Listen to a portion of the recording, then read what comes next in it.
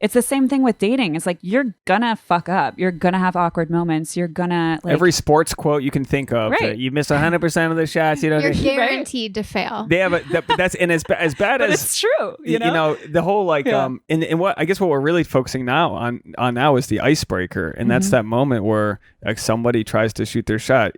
Every guy listening's been on the subway, made eye contact with somebody during the sunset, and you're just like, wow, this feels like a rom-com, and then you watch them get off the next exit and you're like, even though that's probably the worst place to meet someone. You know what it is it's and this is what I tell my clients too. I'm like, that fear of rejection is because we create crazy stakes in our head where we're like, the two possible outcomes of this are like, we, meet on the subway and like kiss in the sunset and like get married and get a like cabin and veil and like it's amazing, or she like publicly humiliates me in front of the masses, right? Like, it's it really can't be not anywhere like, in between. Right, it's really, and most of the time when you just open it up as like you're being a friendly person towards another friendly person, what I say to clients too is like, don't flirt until there's a connection.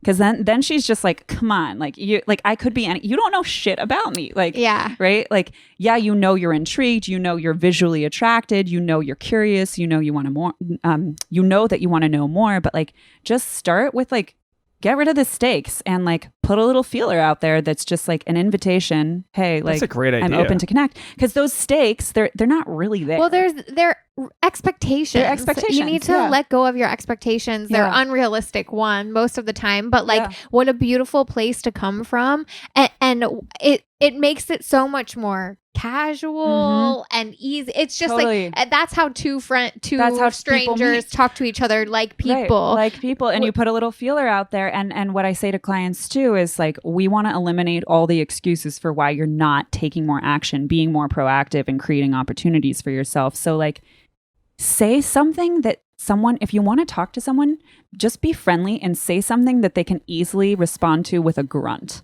and move on.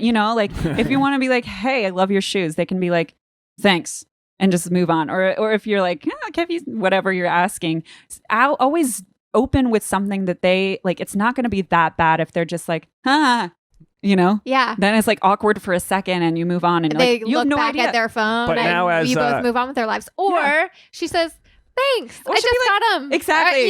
She's like, thanks for noticing. And really what you're doing is you're putting out a little signal, and you're letting them know, hey, I'm available to connect. And like, they're either going to be available to connect or they're not. And like, you have no idea why they're not. It might have zero to do with you. It might have like, but why would you assume that it is 100% to do with you? It's actually highly irrational when we break it down like that.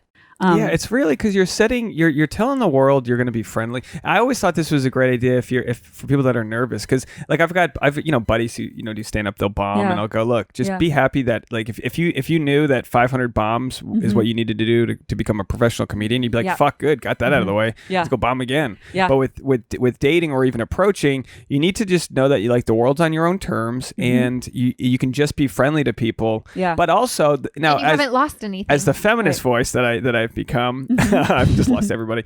It's what about though when a barista is being nice to you, the waitress is being nice to you, if it's employment. So you want to think about power dynamics when it's in someone's place of work, right? Because they're literally paid to be friendly. They're not allowed to tell you to fuck off. Right. So and I think these are really important conversations to have, because obviously there's a lot coming up with like sexual harassment in the workplace in a lot of different ways. And what this all is it's abuse of power dynamics, right? It's not that like you're gonna be attracted to people in the workplace sometimes. Like that doesn't make you wrong. It's just, how are you cognizant of the power dynamics and not abusing them? And how are you navigating them and like taking into account what's going on for them, etc. So I would say with a waitress or barista, the move would be to wait till after you've paid the check, leave your number, let her allow that space for her to reciprocate, for her to get in touch with you if she feels comfortable with it. And honestly, depending, but like you have to be willing to not go to her place of work anymore. Yeah. Oh yeah. Yeah. That's a good point. Because you can't just keep showing up and she doesn't want anything to do like that. Yeah, that is not okay. That's the final maneuver. But like you gotta be willing to not go there. You do it after the business transaction. You make it clear that like, hey, ball's in your court, Yeah, and your tip's not dependent on how. No. And also, that's probably a very low chance of anything coming out of it, but it is the only option. I know what you mean, because it's like, otherwise it's you're abusing a power dynamic. It's like she can't, can't feel fully comfortable. I tell you, I worked as a waitress in New York, and I can't tell you the amount of awkward when someone's like, let me get your number, versus like someone leaves me their number on a receipt. It feels so much different inside. Yeah. Yes, because they're giving you the option. They're not putting you on the spot. And I say this to my guys too. My guys. I love my clients. But something I say to my guys too is like, I'm actually a huge fan of giving people your number, especially as a dude, especially if you want to be really conscious to not cross a line, because it's so much more casual, right? You can just like give it to them, right? You just be like, cool, get in touch, Yeah. It's like breezier. It's more casual. It allows that space for her to reciprocate. It mitigates for that, like, getting out your phone and then like she clearly doesn't really want to, but she feels uncomfortable saying no. Switching a digit. Right, exactly. Yeah, but what if, so I like to think if as I wax poetic on my single days, that I was a better texter than I was in my ice-breaking game. So a lot of times I would think that if you give a lady your number and she's on the fence, she might just not do anything with it. Right. But if I send her that, morning after text, some pop culture reference, some weather joke, she might. I think I'm better at that side of the game. So it's tough as a guy because it takes. But you have to give her the option. Exactly. Because maybe she doesn't want your text. Right. But what if it's as easy as what if she's going to respond because look, we